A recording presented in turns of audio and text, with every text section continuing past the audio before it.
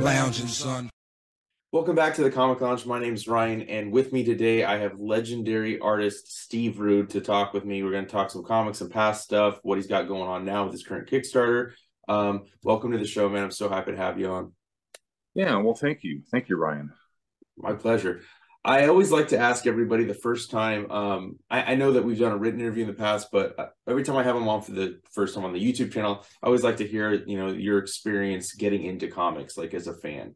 How did that start? Well, it starts, let me think about this. I never try to give pat answers to anything. It starts when you're a kid. For most people that get into comics, in my case, it was the 60s, and that was when Marvel was booming. They were just starting to get a grip on the comics marketplace, and they were up against the DC thing that was apparently what was mostly what was selling at the time. And Marvel came along and introduced all these things and there's been changes in various things in culture. They'll say that, like, for example, when I had a girlfriend, older girlfriend that saw Jimi Hendrix one time, and I said, "Well, what's the big deal about Jimi Hendrix?" The answer was always, and this applies to all these comparing it to, they always said, "We've never seen anything like that before." Mm-hmm. So that's how I try to relate what it felt like growing up in 1960s Marvels. That's when things were starting to change. And of course, I didn't have anything to compare them to because I didn't read comics until my friends started buying them, and I would go over to their homes and start looking at them, and I was captivated by them immediately. I mean, I can't imagine a kid that would not look at a Spider-Man issue or a Jack Kirby comic, any comic by Jack Kirby, and not be just fixated by it. So that's how it all started. And then you combine that with somebody who has a flair for drawing, an aptitude for drawing, and it just kind of goes forward from there. And then, so, I mean, you talk about like Marvel and stuff. So were there any specific, books that stood out to you from that time, from your early collecting days, and or like which creators would you say were maybe the most influential in developing, your style and kind of the direction you wanted to take your art? Spider-Man's and anything by Jack Kirby. If you try to compare what DC was doing, DC was doing what we considered kid stuff, Giant Turtle, Jimmy Olsen, things like that. It was kid stuff. It was a lot of fun to read. But it was fluff. When you read something from Marvel, it seemed like literature. And ironically, I've been reading all these books on Stan Lee now that he's died. He's passed on. And I can't help but think that the years of toil that Stan was going through during that time in that very small bullpen area, if they weren't the best years of his life, because as soon as he stopped doing those books, writing those books and editing those books, plotting, tried to make an imprint in Hollywood, everything just kind of descended from there. Every time he tried to get through to the people in Hollywood, the more unhappy he became. And he became prey to a lot of ne'er-do-wells that took advantage of him. It's almost like he kept getting closer to the sun, and his wings just kept melting every time he got close. And it was very tragic. I'm sure you've read the books too on Stan, Ryan. They're all good books to read because if you don't want to make the mistakes that other people have made, read their bios, and then you won't make them.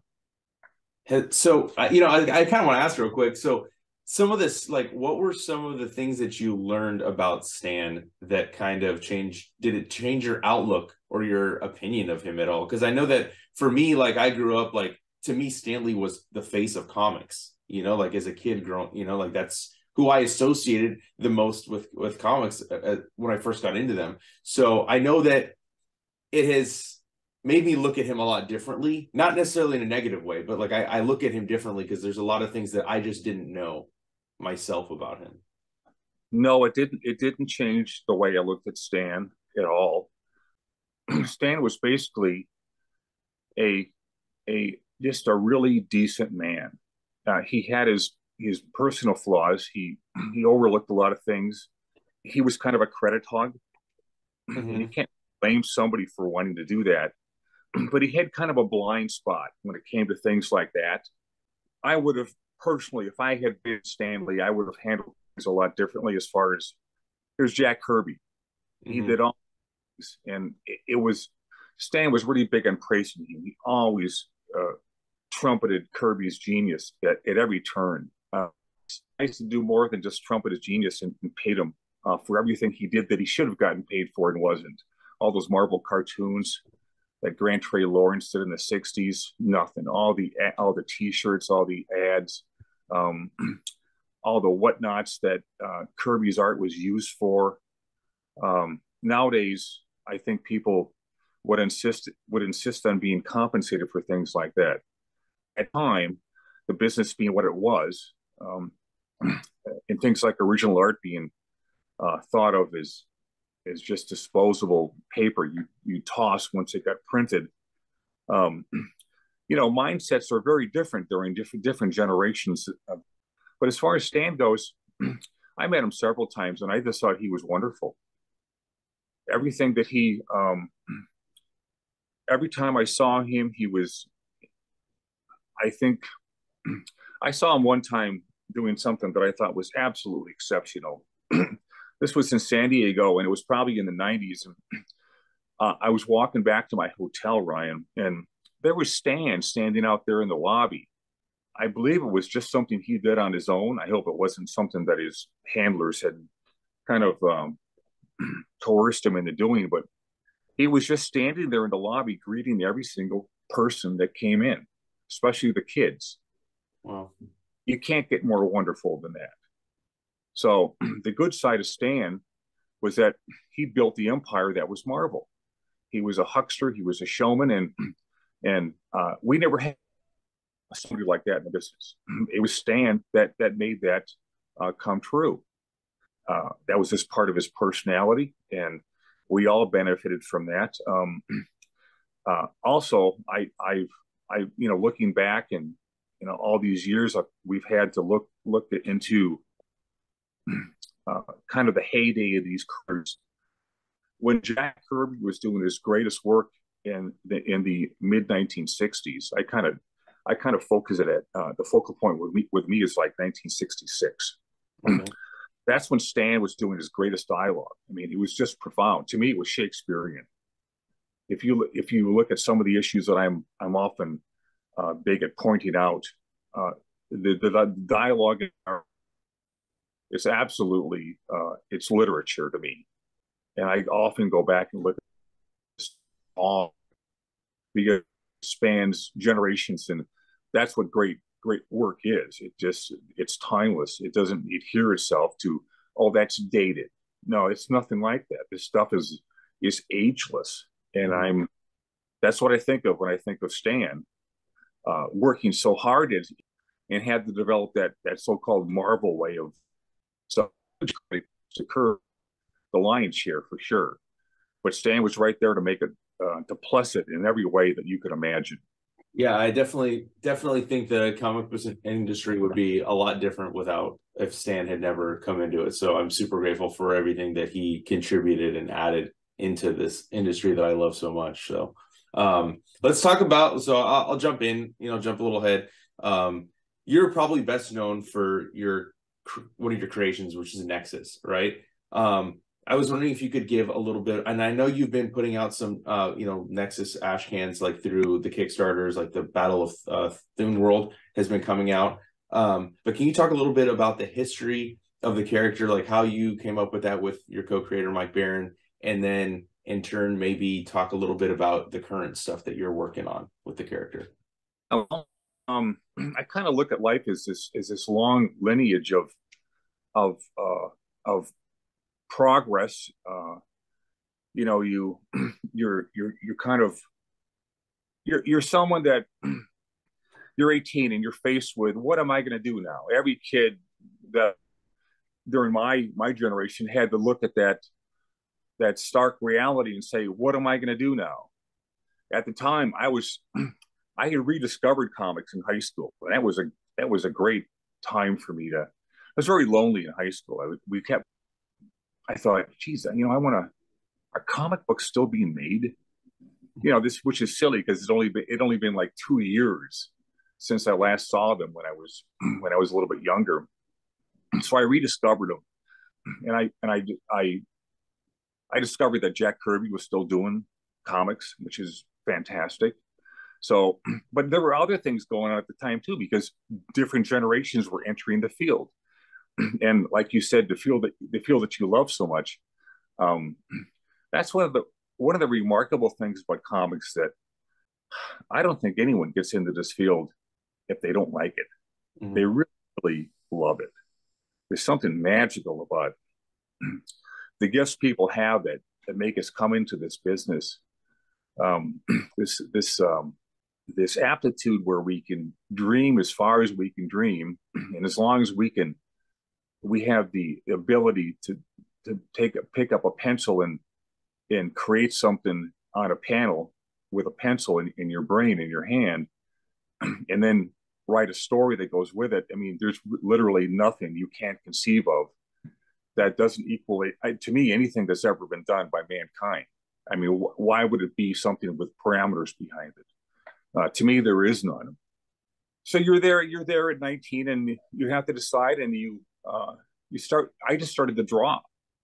So I went to, and you go to the house eventually, and you have to have a real job, and you stay with a real job until eventually something breaks through. And for me, it was meeting Mike Barron. Mike Barron is the progenitor of this. He's the one that thought it all up.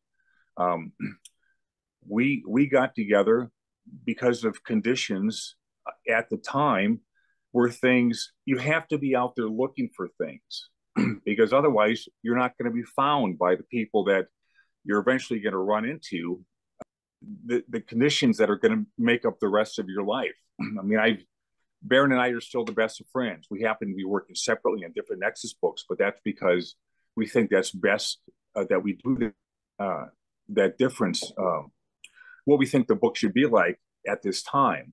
But for 25 years, we worked on stuff together, and it was a great partnership considering how different me and Baron are, which is a funny thing in itself, how people that think and act so differently and grew up so differently can come together and form this relationship of it's quite startling when you think about it. In kind of the weird way I tend to explain things, I was very ambitious, and I threw myself into the places where I was most likely to get noticed by the people that I would eventually get hooked up with. And Baron was the guy that I did meet, and you know, it's just funny things happen when these things collide and and things go forth from there. It's almost like some kind of a cosmic boom. You meet somebody, and then, but you have to both be equally ambitious. If one of the partners is lazy, you have 4 or 5 guys, and not all of them are going to be equally excited about what they're doing. Someone's going to drop out, and you know, there's 100 reasons why bands don't work out. I'm in touch with a guy that had a local band in Madison, Wisconsin, where I grew up, and one of the greatest bands I ever knew, but they never made it beyond local notoriety. I almost think that's good sometimes, because what happens to bands is just unbelievable. They think this is kind of like the Stan Lee thing. Once they get the dream that they claim to want, that's when all hell breaks loose. And they fight about everything, and then the drugs come in, and all the crazy crap that they fall prey to, and then one of them dies at 25 because of drugs and drinking and money, and it's just crazy. I can't help but imagine they're thinking back to the days when things were innocent and fun. They hadn't made it yet, but those early days, I don't think it could ever happen again the way it happened back then. Comics formed because of Barron, basically. I drew the pictures. We got together with some local guys that were distributing comics.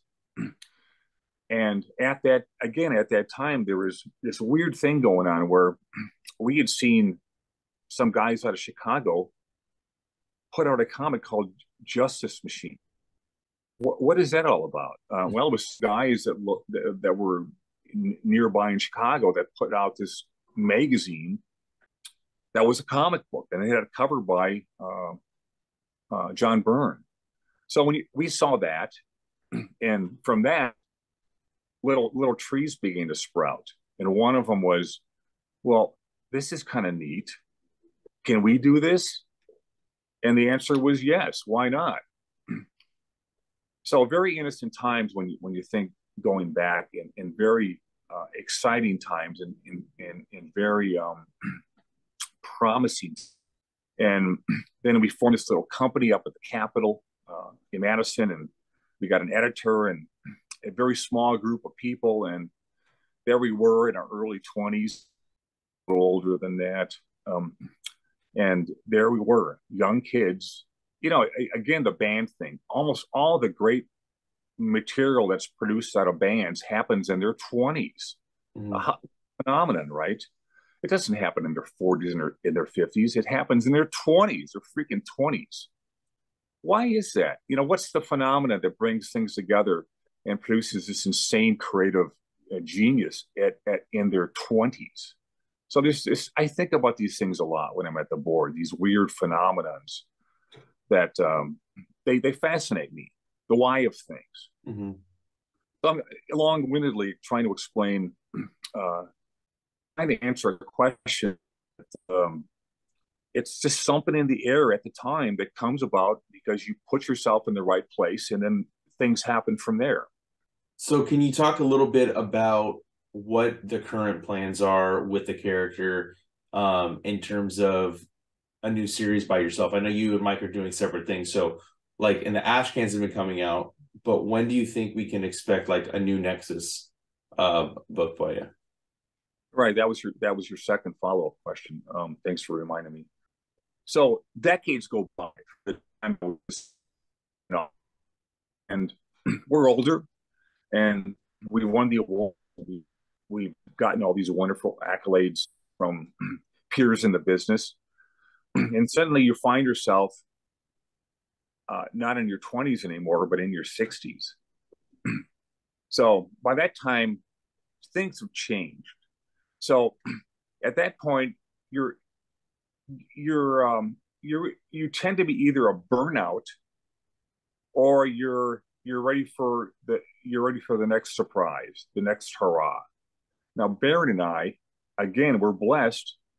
We're charging forward like a couple versions of ourselves when we were 20. We're so excited about what we're doing here. For the first time, I've been forced to learn how to write. Versus off me being, oh my God, what am I going to do? I've never done this before. To very slowly, going inside yourself and dredging up the things that leave you less afraid and more excited about trying something you've never done before. And I figured out a way to do that. And an entire book later, The Coming of Gormando, this huge 300-page book. And then the new one, The Battle for Thune World.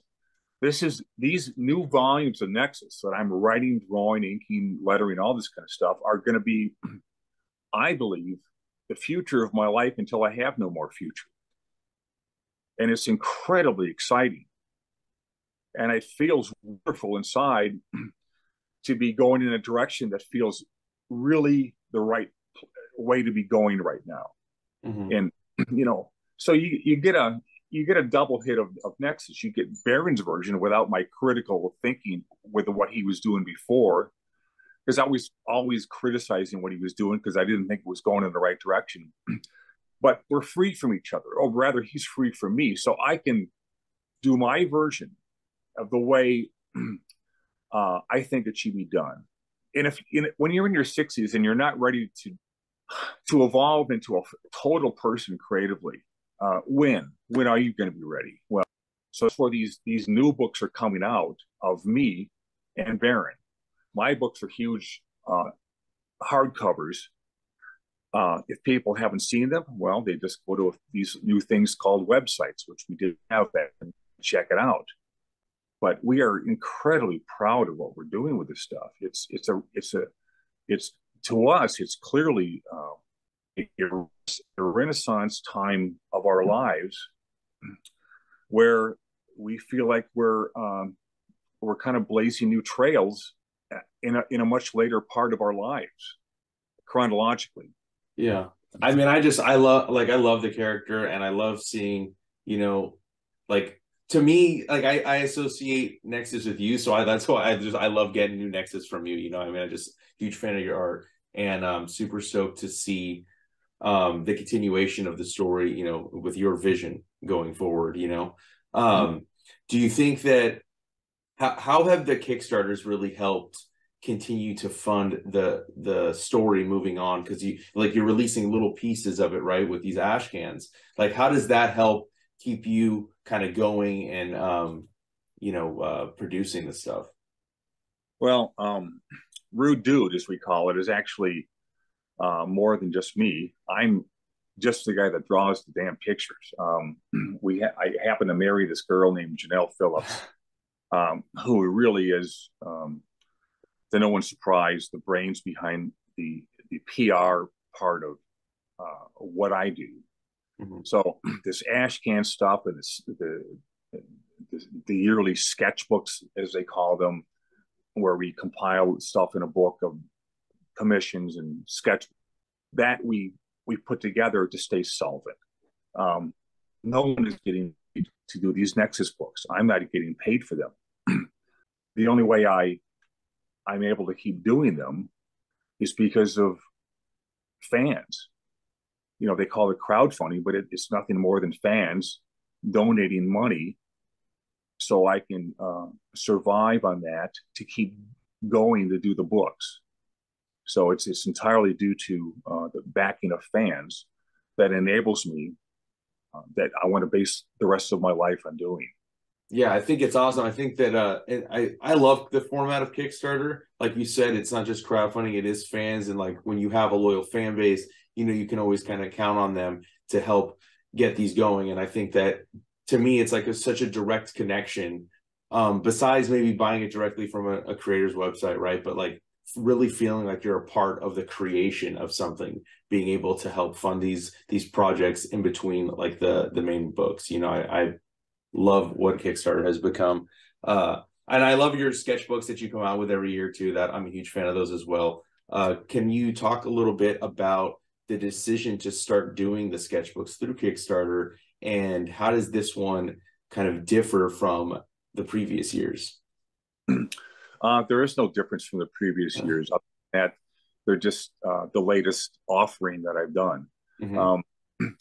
I have this compulsion to draw, and that's been in me my whole life.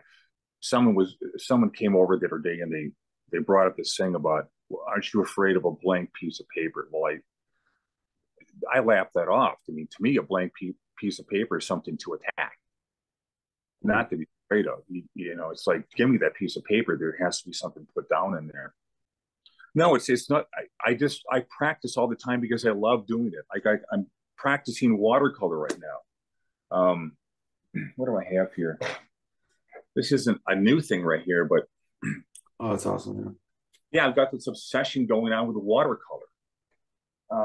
Watercolor is so hard to figure out, but it's beautiful if you ever are of a mind to get about it and even master it halfway. It's this transparent watercolor. It's this beautiful flowing, so beautiful. Well, what artist wouldn't want to learn how to do that? So I keep trying and failing and failing.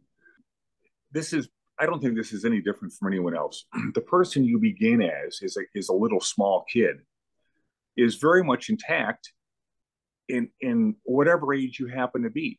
You can prove this to yourself by asking yourself this question, Ryan, and the people that are listening in, how much have you really changed? How much has your inner person really changed from the time you're a little kid till now? Because if there's a big change, I would be surprised. Your essence kind of stays the same. And the essence of me was somebody who was compulsively drawing for whatever reason that makes people compulsively want to do anything in life. So I love learning new things, and that produces commissions. The commissions are another thing that help finance, keep us afloat financially. The realities of life are very financial. I would be very happy if I actually have this kind of funny running joke with myself. I think if you reach the age of 60, you shouldn't have to make money anymore. I think the world should just pay you. You survived this long, you've done good things with your life. Now you pay me, I shouldn't have to pay. And then you're just allowed to, for the rest of your life, devote yourself entirely to furthering what you began all those years ago. But we know that's not going to happen. So keep trucking, Charlie. So you talk about like watercolor, and obviously, pencil, paper, pen, paper, all that kind of stuff. What other mediums do you like to work in besides the stuff that maybe we would just see in a sketchbook? Well, I think I mentioned I had people the other day. I've got a closet filled with hundreds of pieces of work. 80% of them are oil paintings, and they're not comic book related. They're studies of models that I love doing. All the kind of things that they train you to do in art school, and still lives and things like that, and outdoor studies. That's, if you really want to learn your craft, I'm afraid the answer is copy comic book. It's if you want to be a total artist, and to me, being an illustrator is a total artist, because an illustrator has to know how to draw or paint anything under any lighting conditions there are, any subject matter. So if you can do that, you can do anything. So that's always been the goal of my life. So the way to learn that is to study light, study objects under light, any kind of light. And I think I talk about this a lot in like my kind of update into a second volume. I think it's one of the best books I've ever seen. Yeah, I happen to have been the author of it, but everything that I believe the other art books never even touch on. I've got a very askew way of looking at things that the standard status quo mind out there never seems to want to cover. But I do, because I think in a different way. If I was going to teach somebody art, for example, the last thing I would do is start with squares and spheres and all that other kind of stuff. Nobody wants to come into an art class that's excited about drawing comic books, and you have them drawing cubes. They born. So you start them off doing what they want to do, and eventually, if they get in trouble and they don't know where to go from there, you bring them backwards, and eventually you bring them so far backwards that you say, this human head, you can actually draw a sphere, or you can draw a cube, and it can fit into there, and it's dimensional, and there's planes. So that's how you hook these guys when it comes to teaching them the fundamentals. But don't teach until they get into trouble and they don't know how to solve something that they're so enthused over.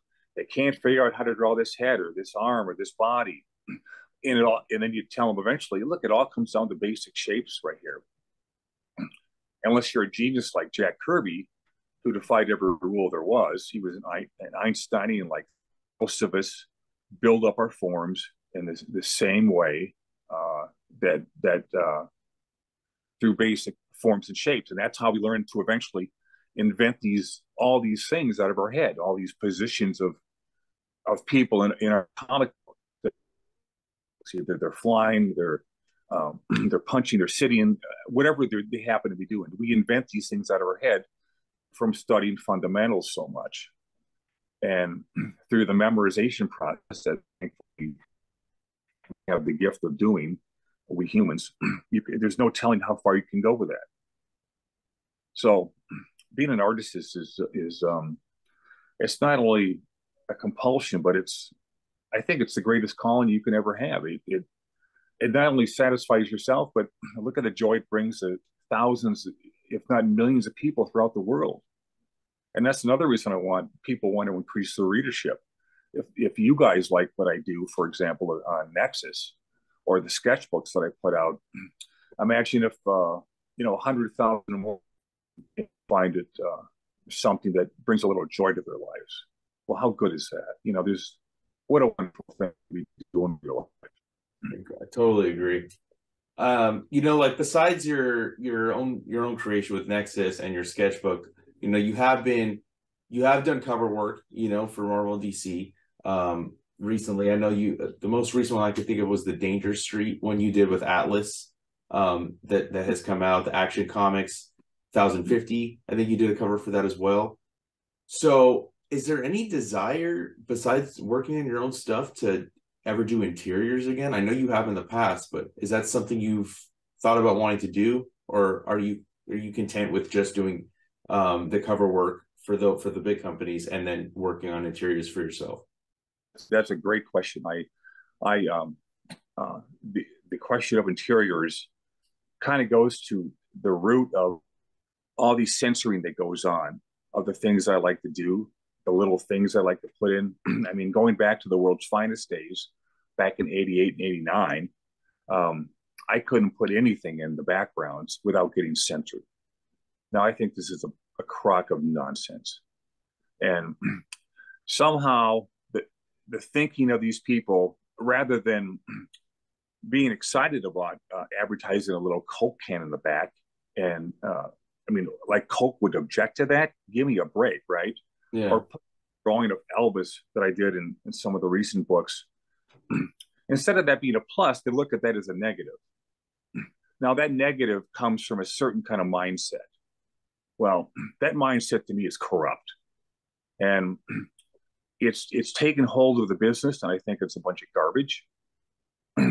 So the fact that they were always going to censor me. I grew up in the 70s, the 60s and the 70s, and I hear of actors in his all the time. Well, geez, it was fine back then, but it's suddenly not okay now. Where does that nonsense come from? It comes from a person who suddenly decides that this is not okay to do anymore. So it just makes comics far less fun to do because there's a turkey up there that decides that for everyone and free advertising for the things you happen to throw in there, or flattering to the actor you happen to be using the likeness of, it's a negative. But that's a mindset. And it comes from somebody on top who thinks in a very negative way. So I don't want that kind of nonsense in my life. I don't have time for that crap. So when I do Nexus, I'm liberated. I'm liberated from Nexus the Liberator in more ways than one. So I just have the hardest time having to deal with the censorship, mostly Marvel or DC. The other companies probably don't care, but I don't do interiors for them because it's not high profile enough. It has to be high profile because not in the amount of people that I need my work to reach. Now I'll do cover like that if I think they're doing the right kind of thing with their fledgling company, can boost them somehow with the work that I do. I have no trouble doing work like that. That's kind of like the Red Cross, helping people that might be able to benefit from my abilities.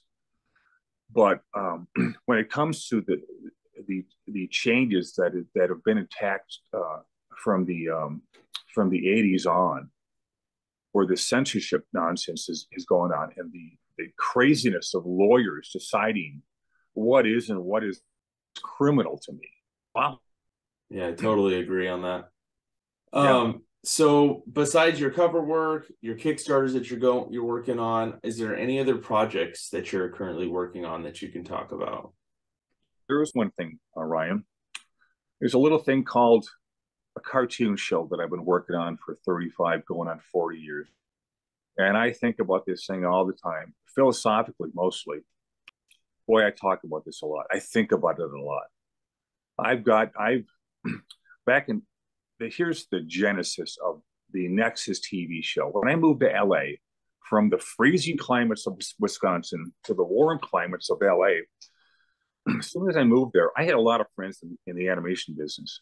And I very quickly conceived this idea because I have no brackets in my head or parameters about what I can't do. And I advise everyone in comics to think like that, or anyone who's got a creative position in life.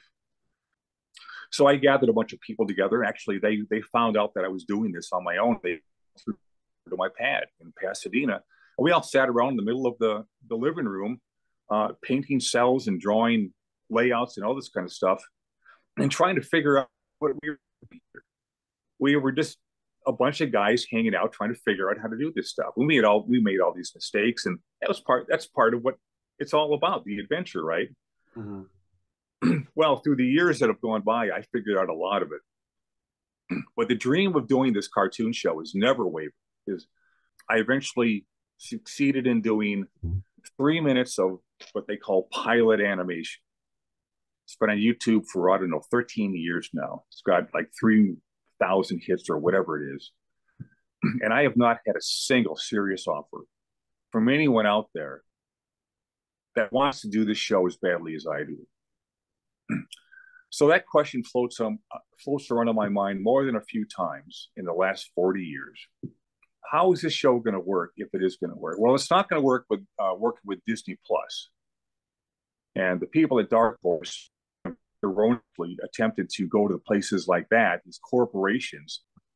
Even worse, they have gone off the tracks and tried to sell something that is not in my vision, which is straight out Johnny Quest version of Nexus in the 21st century. They've taken it in a different direction, which I totally disapprove of. But things happen, and the lesson from that is never let anyone take charge of the vision you know that has to be the way it is. Well, who am I? I'm not an expert. Someone else always knows better than me. Well, what if they don't know better than you? Well, that's you, the ultimate decision maker of your life and your creative property. That's what I'm doing with the envelope now. I don't need anyone to tell me what to do with it. I know. And after all this time and working in the business, I know better than anyone how it's going to be done. That's why, getting back to the Nexus cartoon show, I did this 3 minutes of pilot animation. I know exactly what it has to be. I know exactly what it sounds like in my head. I know exactly about everything that has to be done to put it together the way I want it. That's part of it's not just another stupid cartoon show. And I made it over in Brazil or Turkey or the Cayman Islands. It's about reviving something that was very inspiring to my youth that I want to revive again. Mm-hmm. That's the biggest reason for doing it. But I can't do it alone, nor do I want to do it alone. I have to find somebody. And the way I figured out the only way this is going to work is to remember the corporations are out. I want nothing to do with these people because nothing but disaster is going to come from that. No, the way this has to work is I have to find a fan. I have to find a fan that has $1 million because it's actually the cost of a single episode, Ryan, is $1 million the way it is right now. Oh, wow. For producing a single, he has to have incredibly deep pockets. And he has to want this as badly as I do, except he's the money person. I'm the creative person. We have to, and then from there, we have to assemble the things that are necessary to make the show. Well, that sounds like the story of Stone Soup, doesn't it? Who's going to help me eat the soup? Who's going to help me make the seeds to make this, to make the soup? A lot of analogies going on there. So unless I find that person, there's never going to happen. But it's been almost it's been 35 years now, and I had no that it ever offer. So that's the situation as it exists right now. Is it going to happen? Am I going to find that person? Or is all the work I've done, which literally stacks of paper, they go up here, scripts, layouts, storyboards, everything, is that just going to sit here someday and rot away in my closet? Finally going to come along, this rarest of people, and give me a thumbs up and say, let's do it. And not back out. Don't change your mind at the last minute. Don't chicken out. And go forward with it. And actually, one day we will turn on our TVs like we used to, and there'll be some streaming channel, and on comes Nexus, the animated series. So a lot of unknowns that exist in the lives of you and I and everyone else right now, as to what's going to happen. But as I wrote a friend recently, Ryan, funny thing about unknowns, in time, have to become known. So they can't stay unknown forever. That's the nature of the unknowns. So stay tuned. Well, I think that is an awesome part to stop at. I think that I just love everything you do. I'm a huge fan. I can't wait to get this new sketchbook, and I can't wait to see what the next Kickstarter is, the next Nexus book.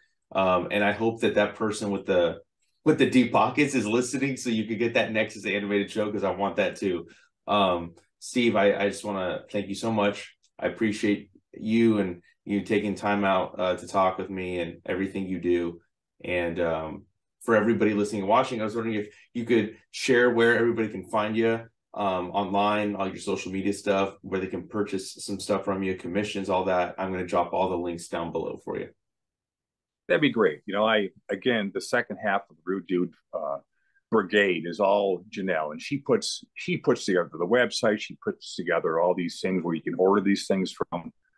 That's the world of today. You order this stuff, you help keep the Rude Dude team, simple as it is, solvent, so I can continue to do the work that I'm driven to do by passion for the duration of my life. So thank you for inviting me, Ryan. It's been a pleasure. Oh, of course. I'd love to have you back on again sometime in the future. This was a blast. Well, as soon as those unknowns becomes known, we'll get back in touch. All right. Sounds good. Well, take care. We'll talk soon. Thank you, Ryan. Bye-bye.